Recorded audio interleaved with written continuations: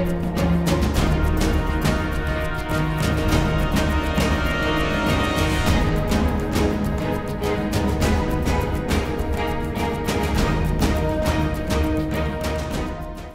I'm speaking with composer Daniel Licht, who has been providing the excellent score for Dexter across its 8-season run. Beyond Dexter, Daniel has dabbled in video games, taking over the hit series Silent Hill with games like Downpour and Shattered Memories.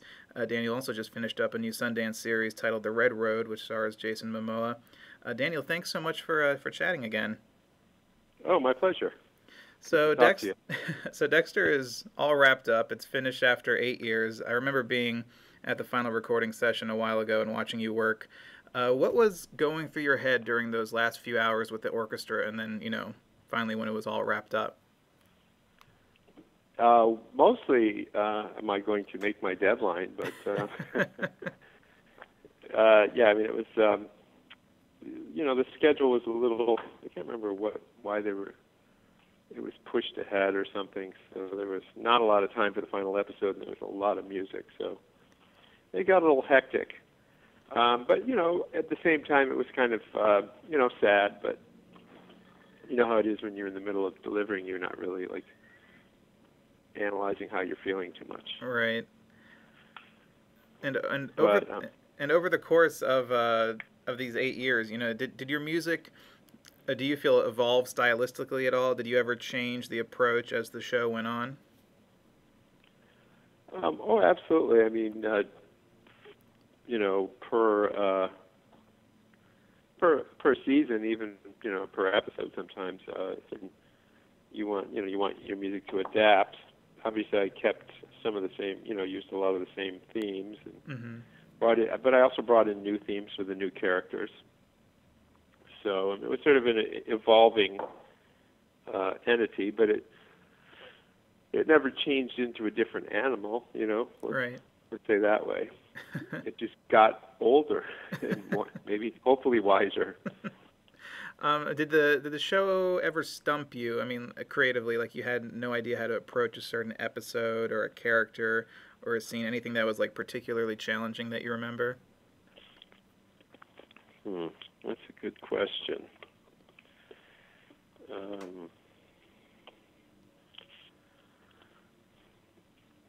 Around the fifth season was a bit of a stumper at first, just because it was sort of Dexter going into a romantic mode, which is sort of new, and it was so that was a bit of a different language for Dexter, Right.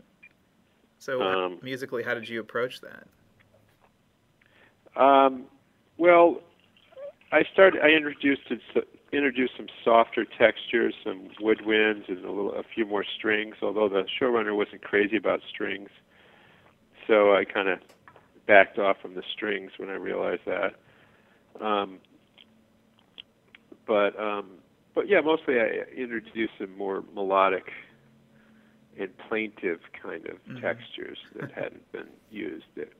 Everything in Dexter had always been sort of plucky, and strings were used as sort of mystery elements. And the strings and winds, I added a little bit more of an emotional tone to the whole thing. And so now the season 8 soundtrack, which just got released, you have some pieces that were performed live at toward the end of the album. Where were those recorded? I performed at Largo, at the Coronet, which is a club in Hollywood. Oh, right. Yeah, right. So what was it like performing those pieces, in full, live, That was a lot of fun. I had a great time. A lot of work, but a lot of fun. Because you have to completely kind of rearrange them for a live performance, right? Yeah, although I did not rearrange them that much, to tell you the truth. I had, for the first concert, I had 18 musicians on stage. Wow. Which the owner of Largo wasn't too happy about. So for the second one, I pared it down a bit. But yeah, I had singers and string quartet and an acoustic bass player, and then I played vibes and guitars and toy pianos and bouzouki. So I really tried to pull out all the key instruments that I use. And I had somebody on keyboards who had some of the actual sounds from that I use. So it was a pretty good representation of the music. I mean, I was pretty happy, and I wanted it to sound the way it should. And people can pick up the CD and they can hear that it really, even though it's a live concert, it really has the feel of the Dexter music. Oh no, I like that that's kind of picking up recently. A lot of TV scores are getting kind of performed live in venues. I know they just had the score concert at UCLA, and Giacchino's Lost back in the day was. I mean, I love that coming together. TV music kind of getting the spotlight that it deserves. But so now your most recent work, kind of moving past Dexter, you're working on The Red Road. And yeah. I was listening to the tracks that you have on your site, and I really love it. The score has your voice, but the show's setting and characters really influence the musical style here. What was your approach for this story? Well, originally my approach ended up being quite different than I thought when I first got approached to do the show. Someone said, "Oh, this is kind of a thriller that takes place in a town that's next to a Native American, not actual reservation, but a community, and about the relationship between the two communities." And I thought, oh wow, cool, there's going to be lots of like Native American sounds and instruments and whatever, and chanting or whatever. But it turns out the reservation, well, it's not a reservation, it's just a community, is in New Jersey, like 25 miles from New York City. Wow. So there's nothing really at all Native American, barely. It's more really noir and done kind of in an ambient style a little bit. Really, really transparent textures, just whispering, but tense and whispering and suspenseful, at the same time. And it's a mini-series, right? It's only 6 episodes? Yeah, well, it's kind of done in the British style. Right. They're doing this is the second season, so they're doing seasons. So it's not. I guess it's the first one you could call a miniseries, but now I think you need to call it an actual series because they're doing 6 more. Okay. So I don't know. It's a British style in that they do in England they do 6 episode series. So. And you can call it whatever you want. Do you find the kind of I think it's kind of moving towards that. Even though Dexter on Showtime, they have more confined seasons on Showtime and HBO and series like that, but they're kind of getting shorter to the point, 10 episode seasons and stuff like that. Do you find that it's more confined and more precise for you, at least as a composer, that you can create arcs that kind of are self-sustained within 6 episodes instead of across many episodes where it kind of loses focus? Yeah, I think you can. I think you can make it feel more cinematic because it does have direction. When you're doing 24 or 22 episode series, it's more cyclical. So right. And then it's only. You can't really approach it like a movie because it's only, if it's on network, it's only actually 42 minutes long. So it's really more like half a movie. Sometimes in network they'll do 2-parters, which you can be very cinematic because it's the exact length of a movie. So it has to do with the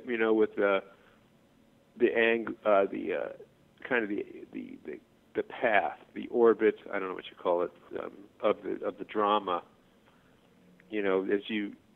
If you spread a story out over 22 episodes, you can't get as much of an overall path into it unless you have numerous dramatic paths inside of it. Most of those are more episodic. Right. And when you're working on Dexter, that was on Showtime, so there was no commercial breaks. But now Sundance Channel does have commercials.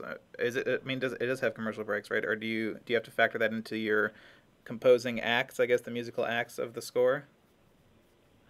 Well, you have to watch out for them, sure, absolutely. I mean, you can't go over them. With this particular show, we don't really build up to the act breaks. So it's not like there's any big stings. It's just not that kind of show, not big cliffhanger type ending. So there might be one or two, but yeah, it does interrupt the flow a little bit sometimes. Sometimes someone will be in the middle of an action scene or driving somewhere, and then it'll cut back to them driving again, and it sort of makes it kind of, well, how do you deal with that? You might have had music in the driving scene as they were going to an act break, but then it doesn't always make sense coming in again. And then when you put it all together and look at it without the commercials, it's like, okay, well, why isn't there? It does create problems. You're like, why was there music before? Now it went black, and now there's no music. So you do have to factor into that in your thinking about how it's going to be presented with commercials, how it's going to be presented without commercials. It's just another added complication that with Showtime you don't have to deal with at all. Right. And the other thing about Showtime is that because there's no commercial break, it's a full 52-minute show. And my guess is that all television writers tend to think in 42-page forms, 45. Right. And I think when they do a 52-minute show, there's lots of space in there, which gives the music a chance. Absolutely, yeah. The best thing for a composer for television is if you get a writer who's not too verbose. Because the writers will cram every word they can from the beginning of a show to the end. I mean, that's what was really nice about Breaking Bad that everybody liked about it. There was lots of space in there for ambience and music and mood. Absolutely, yeah. And David did a great job with that score. It's fantastic. Yeah. But he wouldn't. I mean, the same thing is true with Dexter. People wouldn't have noticed it if there wasn't room for it. If that makes any sense. No, I mean, because it's true. Most TV shows, I think recently, I guess within the past maybe 10, 15 years, when dramas have really built up to these long season arcs, not just CSI episode of the week type stuff, but the music does have more chance to stand out and become part of the show beyond the theme. And I think before, a lot of people just associated TV shows with the main theme, the main opening theme, but now the score has become kind of this big playing character in a lot of these shows, including Dexter, with what you did with it. Well, and the other reason is that there are not a lot of main themes anymore. That too, they all really got shortened. Yeah, I mean the networks decided, oh boy, we could put advertisements or story in. Once again, it's I don't know if it was the advertisers or the writers who realized, oh, we could be telling some more story here. And I think part of it is they don't want anyone tuning out. There's a big panic about people tuning out. Right. So it's like we want to have short main title, boom, right into action, right into a teaser. A lot of them start with teasers because they want people to go, oh wow, what's that? Right. But also, I think, I don't know, I wish they kind of stuck. I mean, there are some good themes still out there. I mean, the Game of Thrones, when that thing comes on, it's a minute and a half sequence, but reminds me of the longer openings. Like James Newton Howard's ER opening. Where it's just really, it's like kind of a siren call to pull you to the couch, which I think works better than just jumping right into it. At least for me, but. Yeah. No. I mean, I'm certainly not arguing against a good theme. I'm all for a good long main title sequence. I think people like it. I do think it gives people to settle down, get in the mood, get their drink, whatever they're going to do. Exactly. Right. And so beyond TV, you've recently been you've been dabbling in video games a bit now. You have 2 Silent Hill games under your belt, and you did Dishonored. Do you think, as a composer, do you feel that games allow you to do things creatively that you wouldn't be able to do on a TV series or a film? Have you found more kind of opportunities in a video game score? It really just depends on the person. It's hard to say the person that you're working with, how creative you can be. I mean, on Silent Hill, certainly there was a lot of room for me to,